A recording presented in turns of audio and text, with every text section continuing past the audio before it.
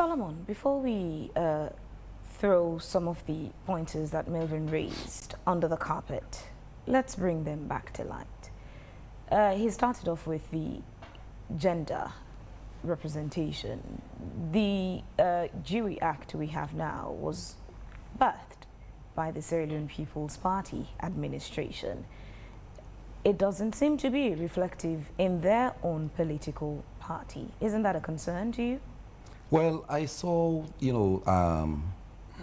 women vowing for different positions. We're talking percentage. Well, I will not sit here and rate them about the percentage. I'm talking about those who vow for the position. Yeah, we're still on the conversation on equality, equity, representation, numbers, because even Dewey Act is pushing for 30. So we can still talk about number. We can still talk about equality. Or are you saying numbers aren't relevant? No, they are relevant. It's just as long as there is a female. They are relevant. They are relevant. You ask yourself, how many women have vowed for those positions? They were not skewed. The floor was open for you to come up and say, yeah, I want to vow for PRO-ship. We add names. You add about, for a PRO, you add somebody coming up late. Like this, Imran Selah, he came up late. Is he female? We're talking female. No, I'm just mentioning about candidates. Yeah, but I want us to stay on the topic. Okay, so for me, we're still on gender. For me, I think the positions we are open. It's up to any female, because they are not coercing anybody to go and vow for position. If you think you can able to spare the mantra of that leadership, go and vow for it. If you go there now, they disenfranchise you, then we can come up and say, no, SLPP did not allow the balance. The point of Dewey Act, the point of PR and some of its conditions for the parties is intentionally done to encourage more women within the political space. Intentionally. How intentional do you think the SLPP has been to have more women vie for positions within their national executive? For me, I will say the Dewey Act speaks largely on elected positions within. I'm coming. Solomon, that was just a premise. The question itself is, how intentional do you think the SLPP has been to encourage more women in the national executive? So that is the question I'm putting out to you. The answer. They have these positions declared vacant.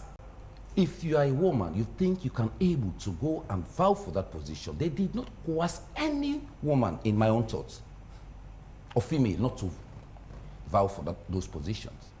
That's what I'm saying. All the positions we saw, yesterday we saw the treasurer.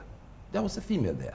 And we saw most of them. If you are talking about percentage, I will not sit here and tell you from their primaries up to this stage that is their percentage.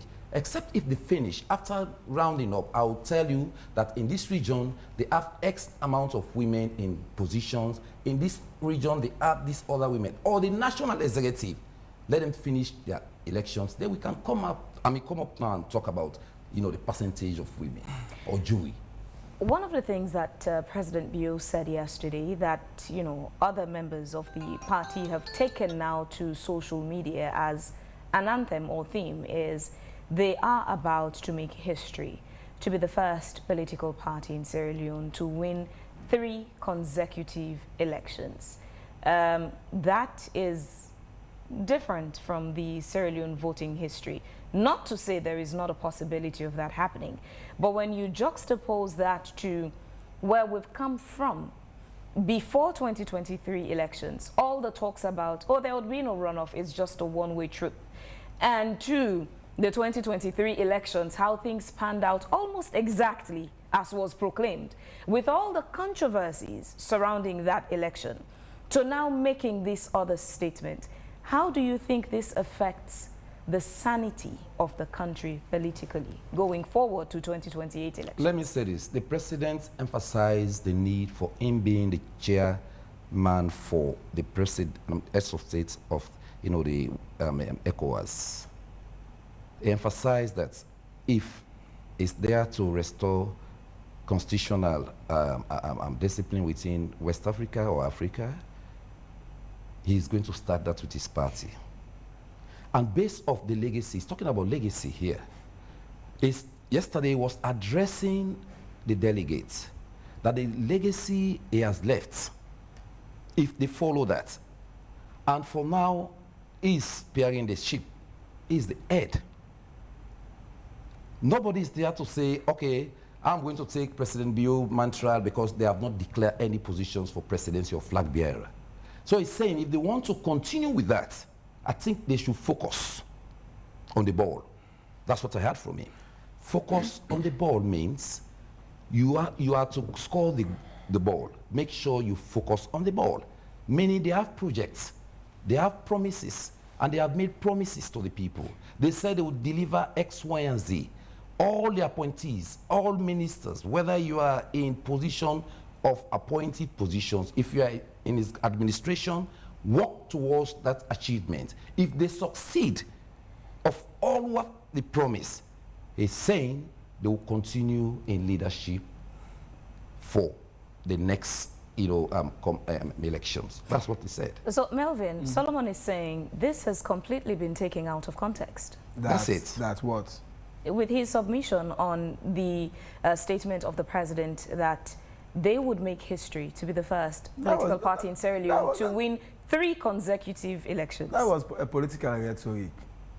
How can you be cocksure that you're going to win the 3rd election when even the 2nd election was disputed? Based on what they proposed, that if they succeed in X, Y, and Z. He allowed you to make your submissions without interruption. I'm not in a banter mood. Accord him the same. I want to have a conversation. Oh, that's it. Not a debate.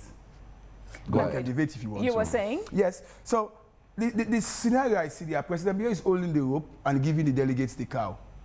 A clear indication, he said, I have not, he said, now he talk for himself, nobody talk for him, you know, there's nobody else. So, philosophically, if you're saying you've not endorsed anybody yet, it's a reverse rhetoric that people must expect that you are going to give a blessing to a candidate. So he was contradicting himself. Typical politician, saying A but means Z. Yeah, but to say he has not endorsed anyone yet isn't the same meaning to say I am not going to endorse anyone or I will not endorse anyone. As you know, to say I haven't done it yet means there's a possibility I could do, but I have not done it yet. But internally there are belief within the SLPP that he is technically or indirectly or subtly endorsed or anointed heir apparent. Based on speculations, but he was saying he hasn't done so. Yeah, but yet. The wife is already in a camp, the Egbemabi camp. Have you always seen the president and the first lady always on the same page? I think the first lady is a proxy of the president. Are they always on the same page on every issue? Forever they will be on the same page. They will come to public and present perhaps as if they are not in talks or not in agreement. But for the fact that, I mean... If that's the case, how do you explain the fact that the First Lady and the Chief Minister, whether publicly accepted or not, have their subtle beef going on, but the President and the Chief Minister are still cuddled up because he has not appointed another Chief Minister? There are programs that he should attend as President. He sends the Chief Minister to represent him. So again, has the First Lady and the President always been on the same page? I think there is a saying in English that sometimes silence means consent. And if you study the conspicuous silence of the President over the conduct of his wife, it's a subtle message that he endorses almost everything that she does. The President has never come out to talk about condemning the Egbemabi camp. He has never come out to talk about the RIM. He has never come out to talk about the straight line. So he has always played this indifferent to the politics, but he understands the dynamics and it seems as if he's enjoying it. But if he isn't enjoying it and he isn't on the same page with his wife on some of those matters, is it appropriate for him to voice these disagreements publicly? It's not appropriate, but certainly so could it also mean that his silence is not consent? I mean, if you are talking in one language, that there is need for unity, there is no need for intimidation, there is no need for violence, and those things have characterized previous play before now, and you fail to condemn those incidents, and now you are coming to the big stage to tell them that, it's a double standard and it's rhetorical. It's rhetorical. So for me, I think, yes, for the fact that, you know, this issue on the president is going to be a long-lasting issue for the SLPP, but they will not understand it now. How so? You remember in 2020 when they amended their constitution and they unbundled the position of the leader and the chairman. It suits them well now because the president, who is the leader, is the president. What happens should in 2028 the SLPP is defeated, and that position now of the leader, mind you, which is in my the chairman, which is in my opinion just a ceremonial position, collides with that of the party chairman. So the SLPP is on what I would call on the crossroads of serious and bigger problems, but they are massaging it. And there was a semblance of that. Many people never took notice of that. How Lawrence Lima was, can I use the word manandul? It was bungled in their own party, the National Delegates Conference. This is a man who has postulated himself on the floor. Yesterday, we saw what happened. That is just a small sign of the bigger picture.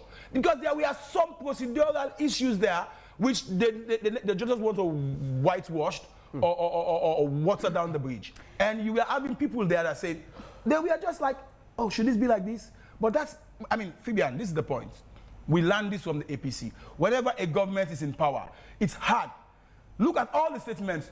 It was only Prince Adin that attempted to talk hard on the president when he said, if the president is sacked me, once he not pull me near me web. That was a subtle political message that they are all under the whims and caprices of the leader.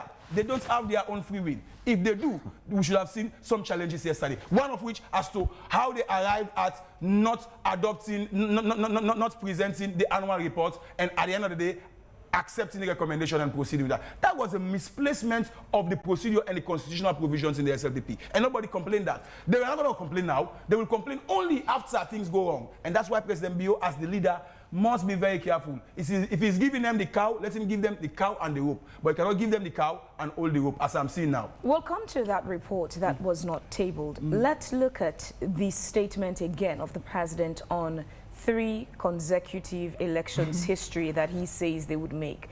What role do you think statements like that play in election results acceptance by the public? Well, coming from the history we've gone through and 2023 it's preemptive, experience. But it's allowed in politics. It's a political message. You are enticing, you are encouraging your fans to have that belief. It's not necessarily the truth.